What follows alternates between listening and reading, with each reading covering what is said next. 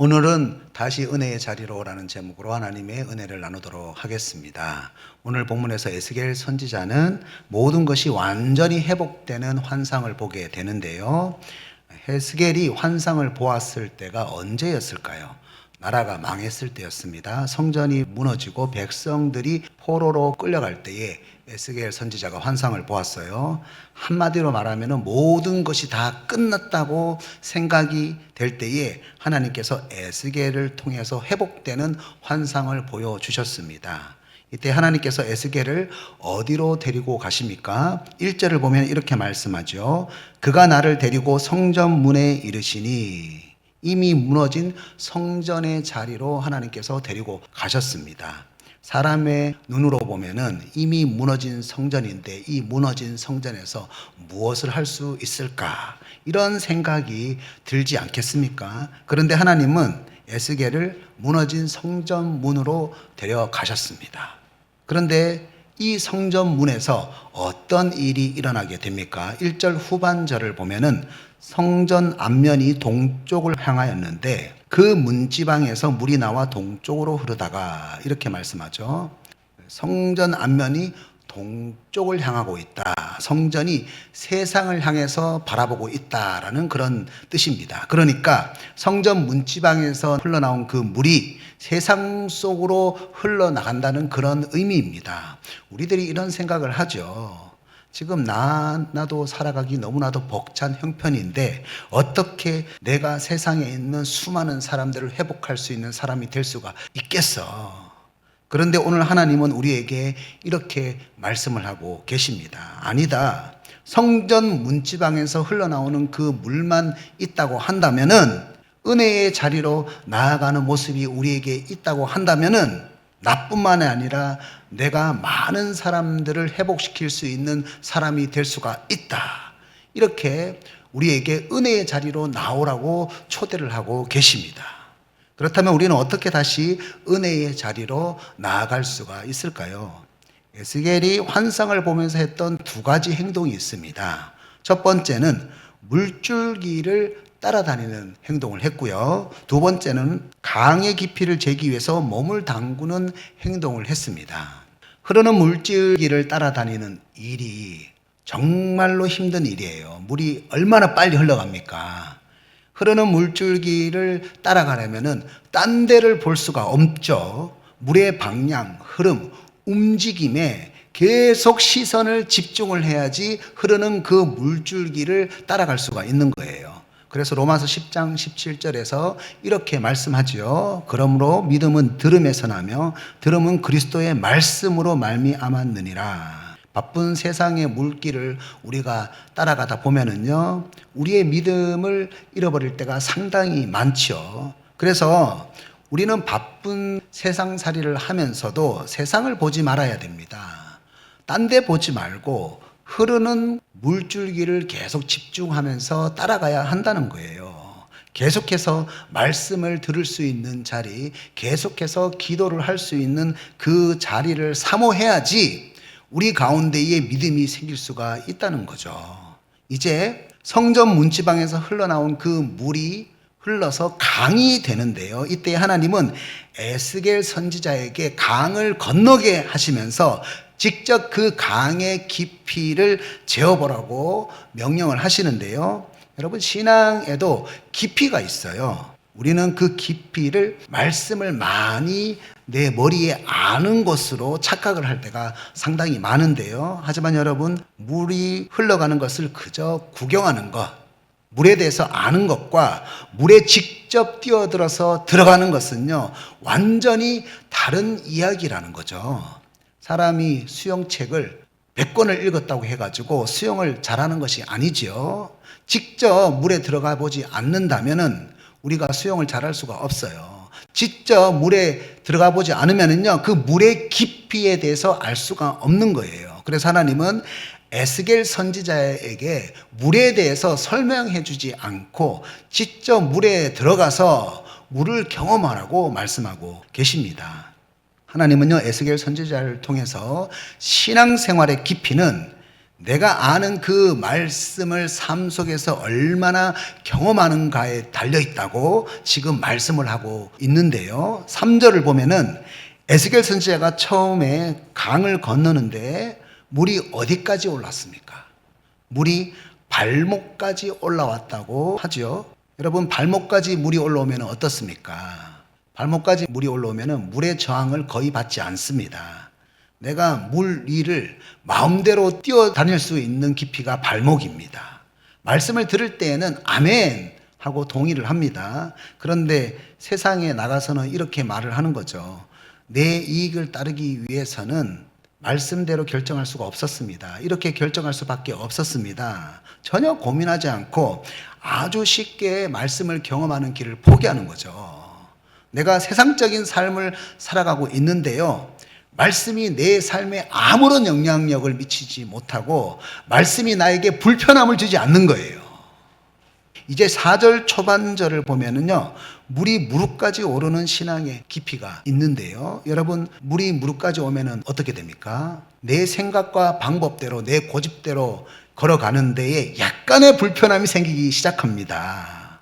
이 정도 신앙의 깊이가 되면은요, 발목 신앙처럼 쉽게 결정하지 못합니다. 무릎에 물의 저항이 있지 않습니까? 말씀이 불편함이 좀 더 커지는 거죠. 말씀이 내 양심을 건드리기 시작하는 거예요. 그래서 양심에서 이것은 예수님이 좋아하는 방법이 아니지. 양심에서 성령님께서 외치는 거죠. 말씀이 생각나게 하는 거죠. 화해해라, 용서하라는 말씀이 내 양심에서 계속해서 외칩니다. 직장에서 네가 더 섬기는 사람이 되어라, 희생하는 사람이 되라는 말씀이 내 양심에서 외치는 거죠.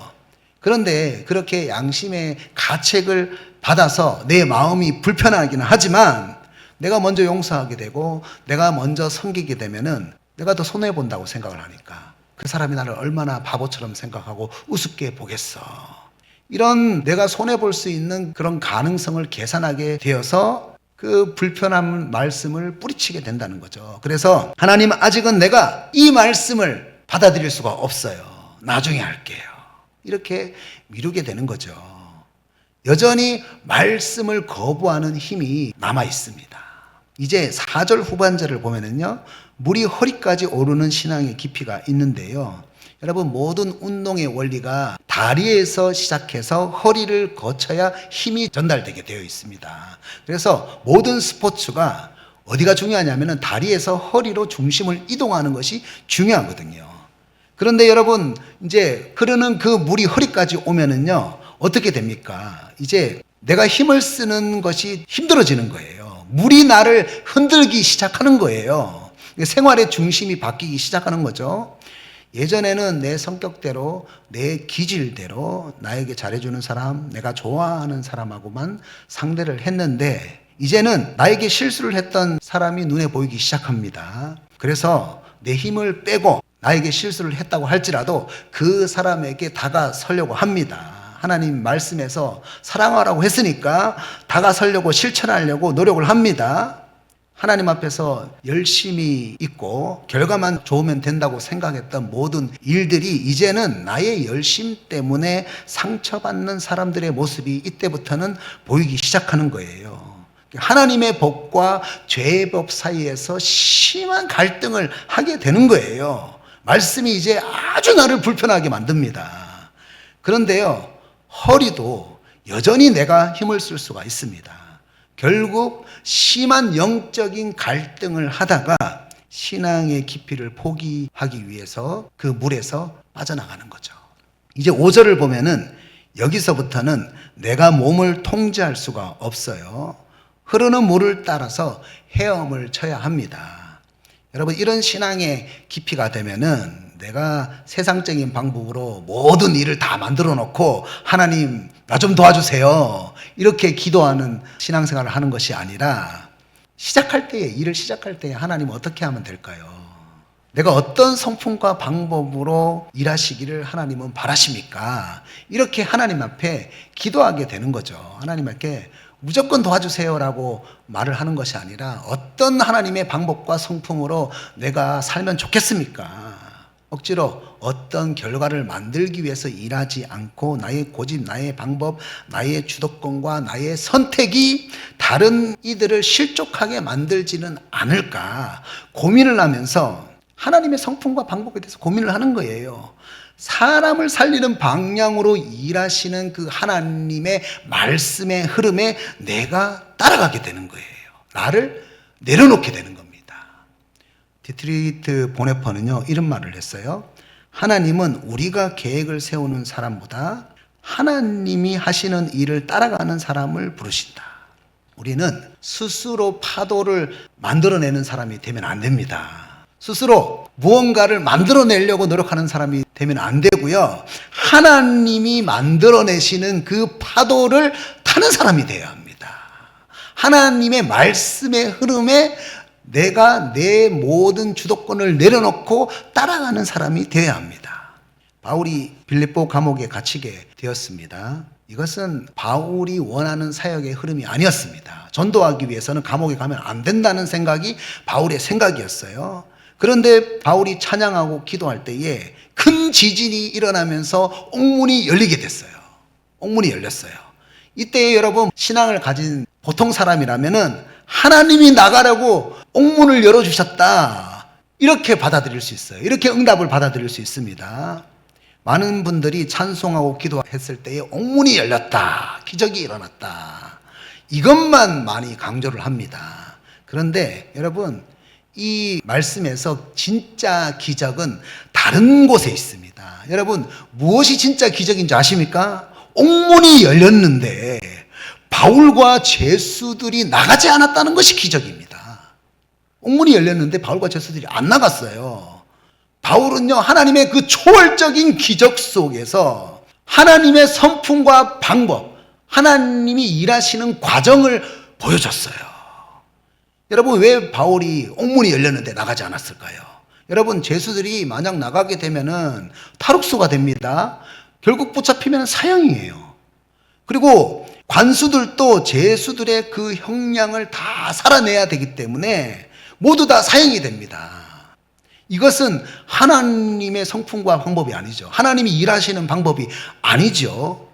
범죄자 만드는 거 아닙니까? 그래서 사도행전 16장 27절에서 28절을 보면은요, 간수가 자결을 하려고 했습니다. 이때에 바울이 이렇게 크게 소리를 질러요. 이게 하나님이 일하시는 방법이에요. 하나님의 성품과 하나님의 방법이고 하나님의 기적이에요. 죽지 마세요. 내 몸을 상하게 하지 마세요. 나와 제수들이 다 여기 있습니다. 옥문이 열렸는데 나가지 않고 있어요. 그래서 간수가 감동을 한 거예요. 세상에 이런 사람이 어디 있느냐. 그렇게 괴롭힘을 받았는데 찬송하고 기도했는데 그 찬송과 기도가 자기의 이익을 위한 것이 아니라 다른 사람들의 생명을 위해서 선택하는 모습을, 그런 과정을, 하나님의 성품과 방법을 보여주는 거예요. 어떻게 이런 사람이 있지? 세상에는 이런 사람이 없거든요. 그래서 물어보는 거예요. 내가 어떻게 하면 구원을 얻을 수가 있습니까? 질문을 하게 되는 거예요. 바울은요, 초월적인 기적이 일어났을 때에 하나님이 내가 사역을 자유롭게 하라고 옥문을 열어주셨구나, 이렇게 받아들이지 않았어요. 이렇게 자기중심적으로 하나님을 이용하는 사람이 되는 것이 아니라 간수의 생명과 제수들의 생명을 위하는 선택을 했습니다. 그래서 하나님의 복음이 하나님의 성품과 방법으로 전해지게 되었습니다. 하나님은 지금 우리에게 묻고 계십니다. 지금 나의 주도권을 위해서 선택하는 것이 아니라 사람을 살리는 말씀의 흐름대로 선택하고 있느냐, 이렇게 묻고 있습니다. 그런데도 우리는 다른 사람들의 생명을 위하는 선택보다는요, 여전히 내 자신을 증명하기 위해서 선택을 하면서 하나님이 하셨다고 이렇게 생각할 때가 많다는 거예요. 11절을 보면은요, 나 자신만을 위하는 사람의 인생에 대해서 이렇게 설명하고 있습니다. 그 진펄과 개펄은 되살아나지 못하고 소금땅이 될 것이며, 이 진펄은 원어로 빗자라고 하는데요, 진흙웅덩이입니다. 진흙웅덩이. 개펄은요, 원어로 개배라고 하는데 물이 고여있는 늪을 말해요. 바다에는 진펄과 개펄이 있는데요. 겉으로 보기에는 물이 있습니다. 물이 있는데 물이 고여 있으니까 물이 다른 데로 흘러가지 않는 거죠. 결국 물이 다른 곳으로 흘러가지 않으니까 어떻게 됩니까? 그 물이 소금땅이 되는 거죠. 생명을 위하는 말씀의 흐름대로 물을 흘려보내지 않는 사람은 이렇게 된다는 겁니다. 진펄과 개펄처럼 물이 고여 있다가 소금기만 남아있는 죽은 땅이 된다는 거예요. 쉽게 말하면 테니스장 아시죠? 테니스장에 가면은 풀이 나지 않잖아요. 풀이 안 나는 땅에 열매가 나올 수가 없는 거죠. 그런데 생명을 살리는 말씀의 흐름에 온몸을 맡기면서 살아가는 사람에게는 회복이 있다는 겁니다. 여러분, 말씀대로 살면은 회복이 된다는 이야기는 정말로 많이 들었는데 보이는 게 없잖아요. 말씀대로 살면은 회복이 된다. 그런데 보이는 게 없잖아요. 보이는 게 없으니까 확신이 서지 않잖아요. 그래서 6절에서 하나님께서 이렇게 질문을 하십니다. 그가 내게 이르되 인자야 내가 이것을 보았느냐 내가 이것을 보았느냐 하시고 나를 인도하여 강가로 돌아가게 하시기로. 이제 하나님께서 말씀의 흐름대로 가면은 회복된다는 것을 우리가 확신하지 못하니까 강가로 돌아가서 어떻게 회복이 일어나는지 보여주는 거예요. 직접 회복되는 모습을 하나님께서 강가로 돌아가서 보여주는 거예요. 강물이 이제 많이 흘러넘칠 때에 어떤 회복이 일어나는지 하나님이 직접 보여주는 거예요. 8절을 보면은 그 강물이 바다로 흘러가는데요. 그 강물 때문에 죽은 바다의 물이 되살아나는 거죠. 9절에서 물이 되살아나게 되니까 어떤 일이 일어나게 됩니까? 생물이 살게 되고 고기가 힘이 많아지게 되는 거죠. 우리가 살아가는 바다라는 세상에서 나의 욕심과 이익심 때문에 관계가 다 죽어 있는 그런 바다가 되어 있을 때가 있죠.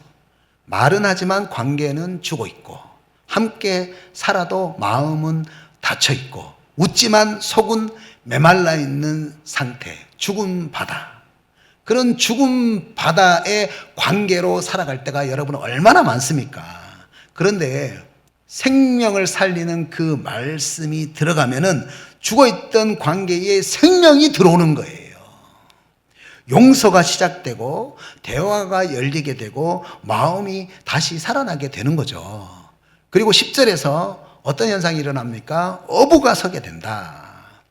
우리들의 삶에서 잊어버렸던 어부의 역할을 우리가 알게 된다는 거죠. 여러분, 베드로가 밤새도록 물고기를 잡았습니다. 그런데도 한 마리도 못 잡았어요. 이때에 예수님께서 베드로에게 이렇게 말씀하셨죠. 깊은 데로 가서 그물을 던지라 이렇게 말씀을 하십니다. 그래서 베드로가 이 말씀에 순종해서 그물이 찢어질 정도로 그리고 배 부척이 잠길 정도로 물고기를 잡았어요. 우리는 이 말씀을 그저 예수님이 나에게 돈을 많이 벌게 하실 거야 이렇게 잘못 해석할 때가 많습니다. 그런데 여러분, 이 말씀은 예수님이 어떤 존재냐? 예수님은 천지를 창조하신 하나님이라는 사실을 보여주는 거예요. 이때 예수님께서 이런 말씀을 하셨죠. 누가복음 4장 19절이죠. 이제 후로는 내가 사람을 취하리라 하시니. 마가복음 1장 17절에는 이렇게 말씀하시죠. 내가 너희로 사람을 낚는 어부가 되게 하리라. 그러니까 여러분, 이 말씀은 이렇게 해석해야 됩니다. 천지를 창조하신 성자 하나님께서 이 땅에 인간의 몸을 입고 오셔서 사람을 구원하기 위해서 십자가에서 죽으십니다. 그리고 제자들에게 그 십자가의 복음을 전하는 업으로 세우겠다는 말씀으로 우리가 해석을 해야 된다는 거예요. 그러니까 오늘 본문에서 업으로 서게 된다는 의미는요, 말씀을 깊게 경험한 그 사람들이 이제 더 이상 자기의 욕심에만 붙잡혀 사는 사람이 되는 것이 아니라 다른 사람을 살리는 업으로서 역할이 완전히 회복되게 된다. 그런데요, 어부의 역할만 회복되게 됩니까? 낚시터도 회복되게 된다고 말씀하고 있습니다. 10절의 중반절을 보면요, 이렇게 말씀하죠. 엔게디에서 에너글라임까지 그물 치는 곳이 될 것이라. 엔게디와 에너글라임은요, 죽은 사해바다를 말합니다. 여러분, 사해바다 아시죠? 그러니까 엔게디 서쪽 끝에서 에네글라임 북쪽 끝까지 죽음의 바다가 된 그 사해가 고기가 아주 많이 있는 그런 낚시터가 된다는 거예요. 여러분, 내가 내 자신만을 위하는 사람이 아니라 생명을 살리는 말씀의 흐름대로 살아가게 되니까 삶의 자리에서 사람을 살리는 어부의 역할이 회복이 됩니다. 그리고 내 주위에 죽어 있는 그 관계가 살아나는 거예요. 왜냐하면은 이제 내 이기심을 위해서 사는 사람이 아니라 다른 사람의 생명을 살리기 위해서 살아가는 사람이 되니까 내 낚시터가 넓어지는 거예요. 중보기도가 뭡니까? 내 낚시터의 분량이 넓어지는 거거든요. 내 주위에 죽어 있는 그 관계들이 죽은 사해 바다가 살아나는 거예요. 여러분, 수없는 경쟁 속에서 나의 언어가 생명을 죽이고 다른 사람을 이기려고 하는 언어에서 생명을 살리려고 하는 그런 말씀의 언어가 되니까요, 복음을 가지게 되죠. 어부의 역할이 회복이 되었습니다. 여러분, 관계 안에서 누가 어떻고 저떻고 평가하기보다는 이해를 선택하게 되고, 누가 맞느냐, 여러분 잘 기억하십시오. 누가 맞느냐라는 문제에 집중하기보다는 누가 살아나느냐, 우리가 항상 이걸 생각해야 됩니다. 누가 맞느냐가 아니라 누가 살아나느냐는 문제에 우리가 집중을 하게 되는 거죠. 그러니까 이전에는 내 말이 통하는 사람하고만 상대를 했고, 이전에는 나에게 유리한 사람, 나에게 잘하는 사람하고만 상대를 했는데요, 이제 바뀌는 거예요. 이제부터는 나와 생각이 다른 사람도, 나를 불편하게 했던 그 모든 사람도, 나를 오해했던 사람도, 나를 억울하게 만들었던 그 사람도 내가 살려야 하는 그런 사람으로 보이게 되는 거예요. 누가 맞느냐가 중요한 게 아니죠. 누구를 살리느냐. 그러니까 낚시터가 아주 많이 넓어진 어부로 살게 되는 거예요. 죽은 사해 바다가 생명이 넘치는 그런 낚시터가 된 거예요. 내 주변에 사람들이 많아지는 거예요. 여러분, 나무에 새들이 많이 깃든다고 했잖아요. 똑같은 거예요. 그리고 12절에 보면은 강 좌우에 먹을 과실이 자라게 되는데요, 열매가 있고요, 잎사귀가 나오는데, 여러분, 많은 사람들은 결과를 만들어내는 열매에 많은 관심을 둡니다. 그런데 열매를 만들어내는 데에 큰 기여를 했던 잎사귀에 대해서는 전혀 관심을 두지 않을 때가 많습니다. 그런데 오늘 12절에서 열매만큼 강조하는 것이 잎사귀예요.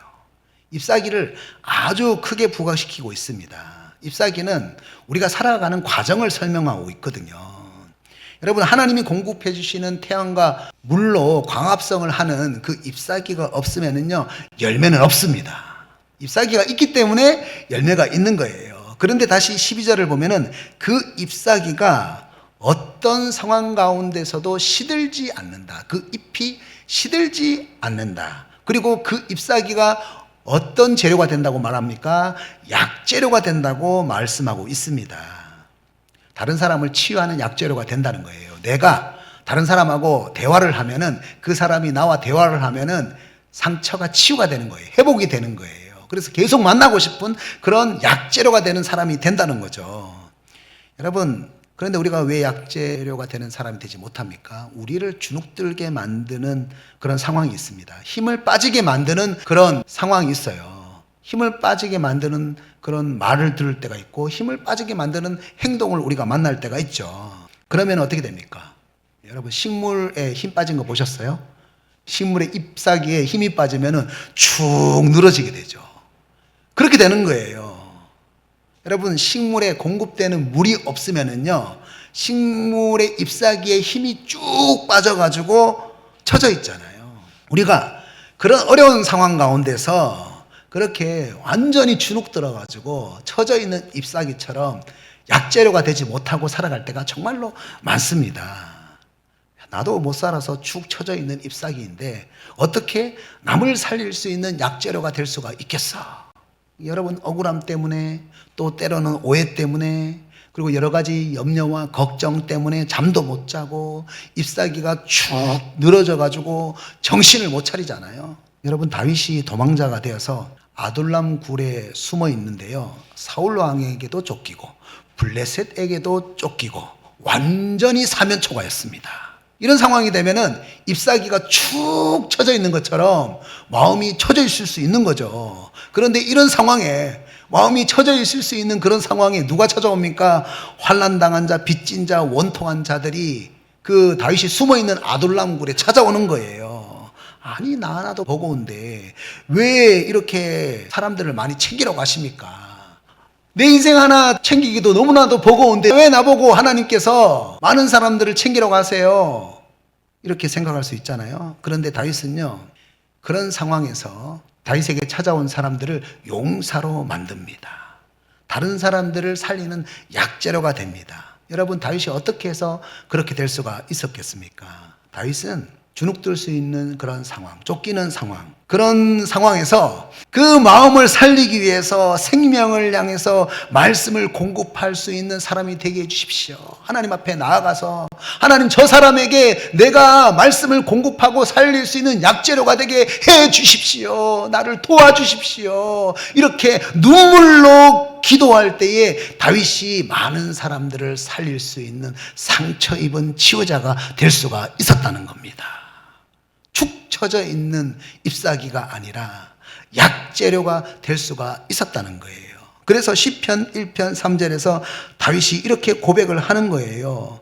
그는 시냇가에 심은 나무가 철을 따라 열매를 맺으며 그 잎사귀가 마르지 아니함 같으니 그가 하는 모든 일이 다 형통하리로다. 하나님은 이 시간에 다시 은혜의 자리로 나아가기만 한다면 마음의 상처 때문에 풀이 죽어 있는 그 잎사귀를 다른 사람들을 살릴 수 있는 약재료로 만들어 주시겠다고 오늘 말씀하고 계십니다. 여러분, 오늘 에스겔이 본 환상은요, 무너진 자리에서 다시 시작하라는 하나님의 초대입니다. 무너진 그 성전 자리에서, 성전 문지방에서 많은 생명을 회복하는 말씀을 우리가 따라갈 때에 하나님은 회복한다고 말씀하고 계십니다. 하나님은 에스겔에게 얼마나 아느냐를 질문하지 않으셨어요? 얼마나 깊이 들어오겠느냐, 이것을 우리에게 질문하고 계십니다. 여러분, 말씀을 아는 데 끝날 것인가? 아니면은 그 말씀의 흐름에 내 삶에 맡길 것인가? 오늘 이 시간에 하나님은 우리에게 이것을 질문하고 있습니다. 우리의 신앙의 깊이가 발목, 무릎, 허리, 온몸으로 깊어질수록 내가 주도하는 삶은 완전히 끝나고 하나님이 이끄는 삶이 시작이 되는 거예요. 나를 위한 삶이 아니라 많은 사람들의 생명을 살리는 삶으로 우리가 초대가 되는 거예요. 그러면은 죽어있던 곳이 다시 살아나고 마침내 사람을 살리는 어부의 역할이 우리의 삶에서 회복이 되는 거죠. 여러분, 은혜를 경험한 사람은 절대로 구경꾼으로 남지 않습니다. 반드시 누군가를 살리는 어부로 살게 되고, 그리고 생명을 살리는 말씀의 흐름에 내 자신을 맡기기 때문에 죽어있던 모든 관계망이 살아나는 거예요. 죽어있던 사해바다와 같은 그 낚시터가 완전히 살아나는 역사를 경험하게 되는 거예요.